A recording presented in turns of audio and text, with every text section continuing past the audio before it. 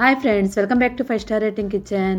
మరిగే నీటిలో బెండకాయలు వేసి చూడండి. ఇక ఎటువంటి రెస్టారెంట్కి వెళ్ళి ఎక్కువ డబ్బులు ఖర్చు పెట్టి కొనే పని ఉండదు. ముందుగా దీనికోసం 1/2 కిలో వరకు బెండకాయలు తీసుకుంటున్నాను. బెండకాయలు మనకి మరీ పెద్ద సైజు కాకుండా మీడియం సైజులో ఉండేలాగా తీసుకోండి. ఇలాగా బెండకాయలన్నీ శుభ్రంగా క్లీన్ చేసుకొని పొయ్యి మీద కడాయి పెట్టుకొని 1/2 లీటర్ వరకు నీళ్లు వేసుకోండి.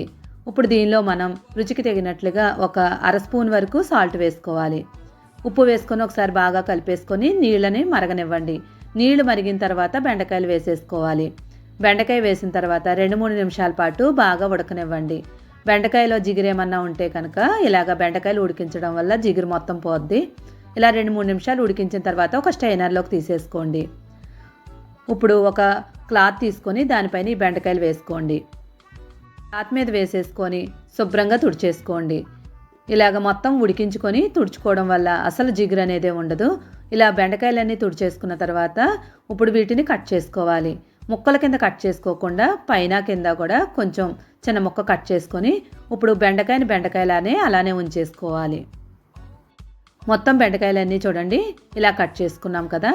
ఇలా కట్ చేసుకున్న వాటిని ఒక బౌల్లో వేసుకోండి. ఇప్పుడు దీనిలో మనం 2 స్పూన్ల వరకు శనగపిండి వేసుకోవాలి. ఇలా శనగపిండి వేయడం వల్ల బైండింగ్ బాగుంటుంది, ఇంకా టేస్ట్ కూడా చాలా బాగా వస్తుంది. ఇప్పుడు దీనిలో పసుపు 1/2 స్పూన్ వేసుకోండి. నెక్స్ట్ సాల్ట్ కొంచెం ఒక 1/2 స్పూన్ వరకు వేసుకోవాలి. కారం 1/2 స్పూన్ వేసుకోవాలి. ఇప్పుడు నిమ్మకాయని ఒక సగం ముక్క వరకు వేసుకోండి. 1/2 కిలో బెండకాయలు తీసుకున్నాము, 1/2 ముక్క నిమ్మకాయ వేసుకోవాలి. నిమ్మకాయ లేని వాళ్ళు ఆమ్చూర్ పౌడర్ కూడా వేసుకోవచ్చు. ఇప్పుడు మొత్తం అంతా బాగా పట్టేలాగా కలిపేసుకోండి.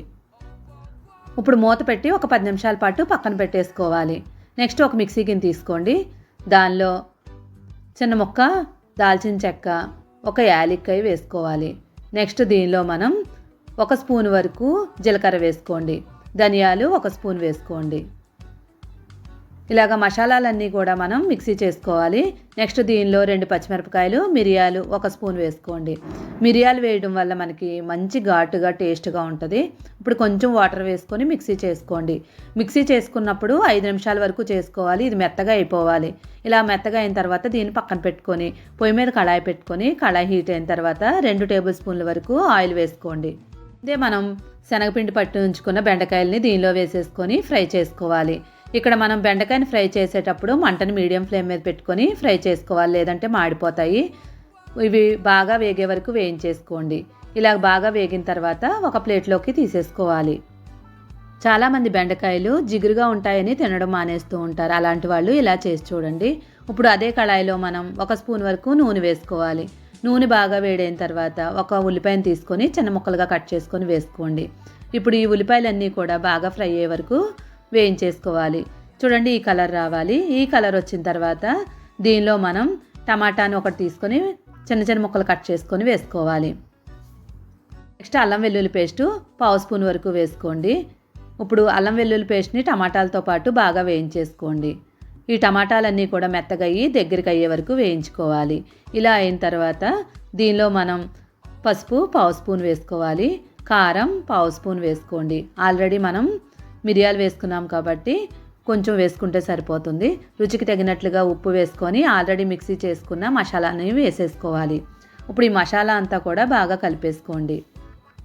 మొత్తం అంతా బాగా కలుపుకున్న తర్వాత ఆల్రెడీ మనం మిక్సీ పట్టుకున్న మసాలా ఉంది కదా, దానిలో కొంచెం నీళ్లు వేసుకొని మసాలాలో వేసేసుకోవాలి.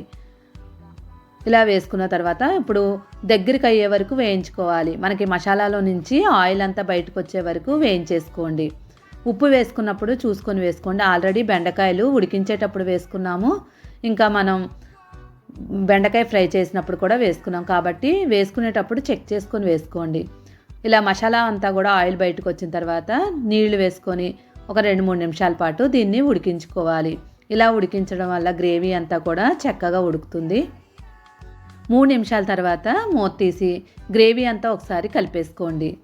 ఇలా మొత్తం గ్రేవీ కలుపుకొని ఇప్పుడు ఆల్రెడీ మనం వేయించి ఉంచుకున్నాం కదా బెండకాయల్ని దీనిలో వేసుకోండి. ఇలా బెండకాయని కావాలంటే అలానే తినేయవచ్చు స్నాక్స్ లాగా, లేదంటే పప్పు సాంబార్లో కూడా తినేయచ్చు.